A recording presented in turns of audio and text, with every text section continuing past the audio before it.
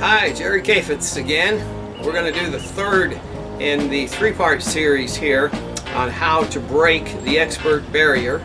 And in this third video, I want you to notice what happens when the elements that we're describing here, this vertical motion, this well-timed pole plant, this use of the knees, loosening up of the knees. What happens when it all comes together is you get a beautiful, beautiful thing that makes skiing pretty to look at, that makes skiing less taxing physically on you and more graceful. And that wonderful thing is rhythm. When you look at a skier, you're on the chairlift and you look down and you say, wow, that guy can ski, that guy's fun to watch. Why? Because almost every time he has a rhythm going. He has a rhythm going because he's able to link his turns at will. And what you'll see in this video is you'll see what we call this opening of the upper body. The opening of the upper body.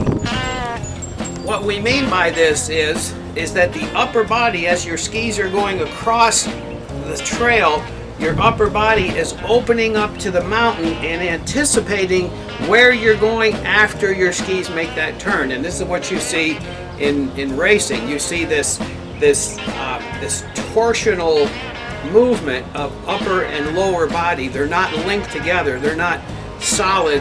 And that also helps a skier to look graceful. You'll see a rhythm in the pole plant. Boom, boom, boom. And you'll see that the pole plant times the turn and determines the location of the turn, and you'll see a rhythm there. Then you'll see me skiing from behind in this video where these elements come together, and in particular the video doesn't really show the vertical motion the way I'd like to. In the French ski school, they were just so big on demonstration skills, what they called démonstration, that I just actually felt ridiculous skiing this way when I first began teaching over there, because I'd come out of racing disciplines and all of a sudden I was a ski instructor and I was just had this emphasis on looking pretty. But what it really was is it was showing the students in the ski school there what they needed to see almost in slow motion.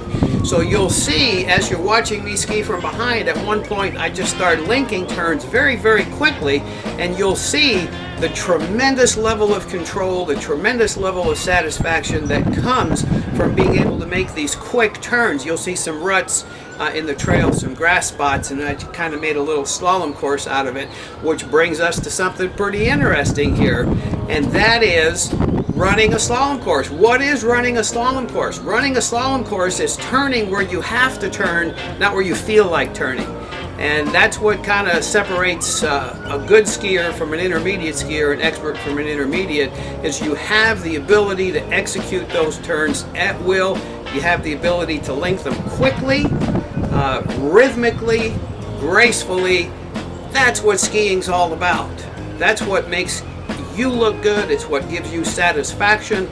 It's what wears less on your body. You know, you don't feel like your legs are made of wood at the end of the day. And you'll see this. You'll also see me in the steep crud where all of this has to come together or you're going down.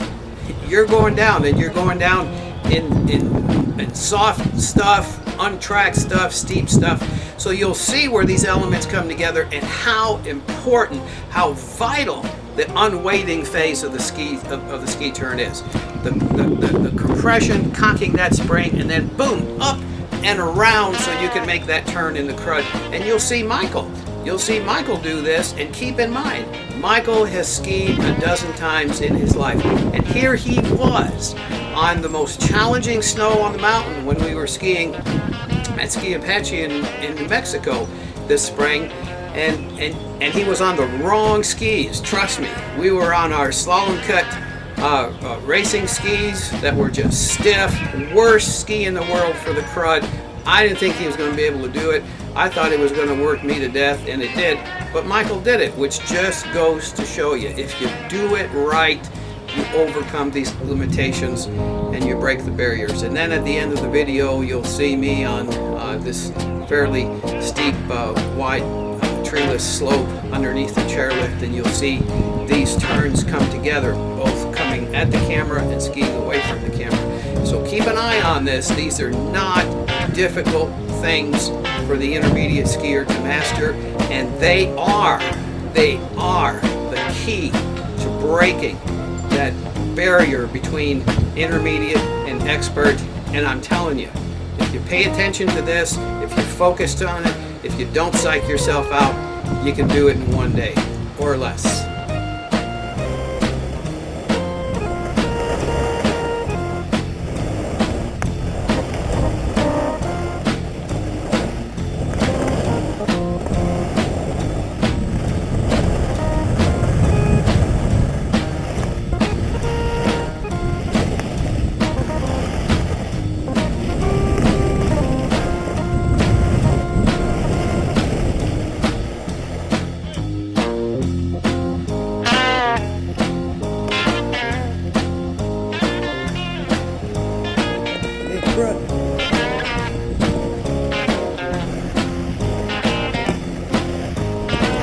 Right there, isn't it? Look.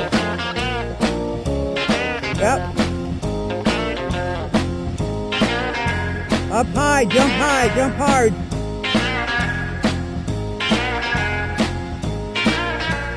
Good. Keep going. Don't lose your momentum. Go to the right.